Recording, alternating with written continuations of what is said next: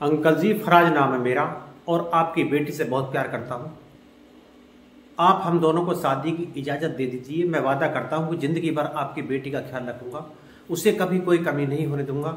Hospital के ICU bed पर लेटे कैंसर पीड़ित बुजुर्ग ने जब अपनी बेटी के साथ खड़े उस शख्स को देखा तो न चाहते हुए भी इस रिश्ते के लिए हाँ कर दी। मन में एक डर था, लेकिन बेटी की खुशी और जिद के आगे उन्हें झुकना पड़ा। बुजुर्ग के हाँ कहते ही फराज ने उनकी बेटी की लिखी एक चिट्ठी उनके हाथों में रखी और साइन करने को कहा। साथ ही ये भी गुजारिश की कि जब तक दोनों की शादी ना हो जाए वो अपनी किसी रिश्तेदार या दोस्त से इस रिश्ते का जिक्र ना करे। पिता ने अपनी बेटी के लिए यह शर्त भी मान ली, लेकिन कुछ दिन बाद ही फराज की हकीकत खुलकर सामने आ गई।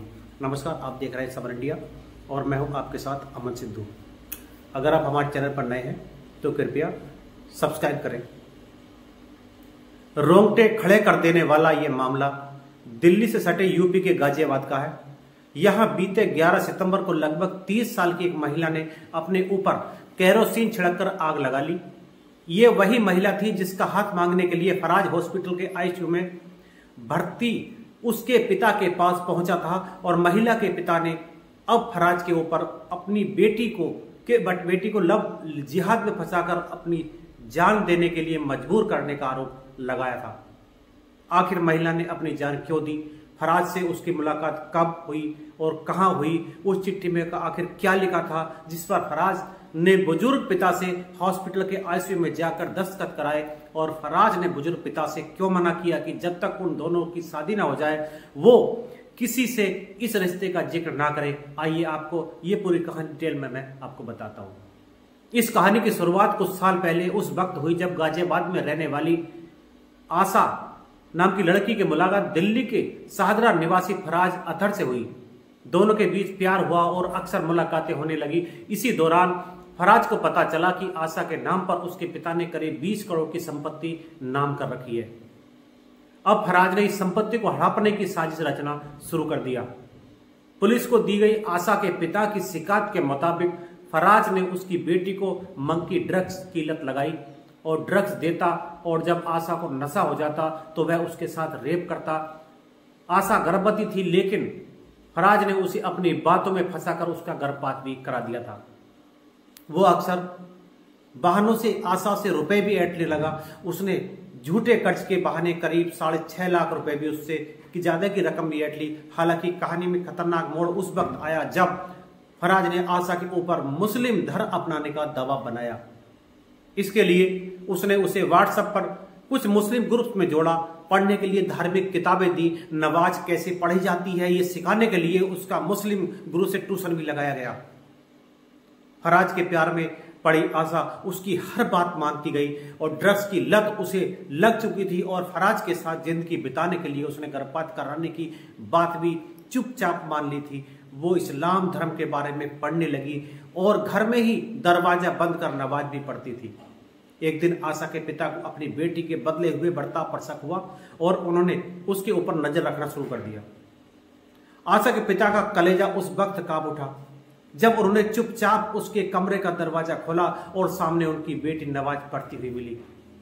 यह देखते ही आशा के पिता की तबीयत बिगड़ गई और उन्हें हॉस्पिटल के आईसीयू में भर्ती कराया गया। अगले दिन आशा अपने प्रेमी को लेकर हॉस्पिटल पहुंची और जहां फराज ने शादी की बात रख डाली। आशा के पिता आईसीयू में थे और इस हालात में नहीं थे कि बेटी को मना कर सके, उसे समझा सके। इसलिए उन्होंने फराज के प्रस्ताव पर हाँ कर दिया और पिता के हाँ करते ही फराज ने उनके हाथ में एक चिट्ठी रखकर साइन करने को कहा और इस चिट्ठी में लिखा था कि वो अपनी मर्जी से बेटी की शादी फराज के साथ कर रहे हैं और भविष्य में भी इस शादी पर कोई आपत्ति नहीं उठाएंगे। इतना ही नहीं, फराज के अपने भाई कासिफ के कहने पर उनसे एक कागज पर हस्ताक्षर कराए और फराज ने भाई को सुप्रीम कोर्ट का वकील बताकर अपनी बात मनवाई और बुजुर्ग को बेटी की कसम देकर यह निर्देश दिया कि वह किसी अन्य परिजन को इस बारे में न बताएं। इसके बाद 24 नवंबर को फराज ने आशा को अपने पिता के साथ गाजियाबाद के कोसांबी इलाके में होटल रेडिसन ब्लू में मिलने के लिए बुलाया।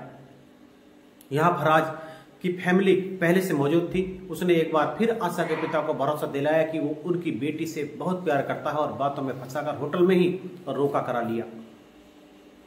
फराज ने कहा कि आने वाली 5 दिसंबर को वो दोनों कोर्ट मैरिज करेंगे। हालांकि इस बीच फराज ने आशा के सामने एक शर्त रखी थी कि उसने कहा था कि पहले वह अपने हिस्से की सारी संपत्ति उसके नाम कर दे, तब वो शादी करेगा। आशा ने यह बात 10 दिसंबर को अपने पिता को बताई और कहा कि फराज ने उसके साथ धोखा किया है। आशा ने कहा कि वो उसकी भावनाओं से खेलता रहा और अब शादी की बात से मुकर रहा है। बुजुर्ग पिता इस बारे में कुछ कर पाते उससे पहले 11 सितंबर को आशा ने अपने घर में खुद के ऊपर केरोसिन छिड़ककर आग लगा ली और इसके बाद उसके पिता पुलिस के पास पहुंचे और इंसाफ की गुहार लगाई। पुलिस ने केस दर्ज करते हुए मामले में फराज को गिरफ्तार किया। आगे की तफ्तीश जारी है। पुलिस ने कहा कि उनके पास इस बात के पर्याप्त सबूत है कि फराज पीड़ित के ऊपर धर्म बदलने का दबाव बना रहा था। डीसीपी सिटी राजेश कुमार के अनुसार शाहदरा निवासी फराज अतर, उसके भाई कासिफ, मां माहिर तलत, बहन सना समेत अन्य के खिलाफ दुष्कर्म, धर्मांतरण, हत्या, आत्महत्या के लिए उकसाने और अन्य धाराओं में मामला दर्ज किया गया है। आरोपियों की गिरफ्तारी के लिए दबिश दी जा रही है। बुजुर्ग पिता ने अपनी बेटी को न्याय दिलाने की मांग की है और उनका कहना है कि फराज उसके परिवार ने उनकी बेटी की जिंदगी बर्बाद कर दी और अंत में उसे अपनी जान गंवाने के लिए मजबूर कर दिया। इस पूरी कहानी को सुनाने का तात्पर्य आपको जागरूक करना है, आपको सतर्क करना है। सावधान रहें, सतर्क रहें। मिलते हैं अगली वीडियो में, तब तक के लिए नमस्कार।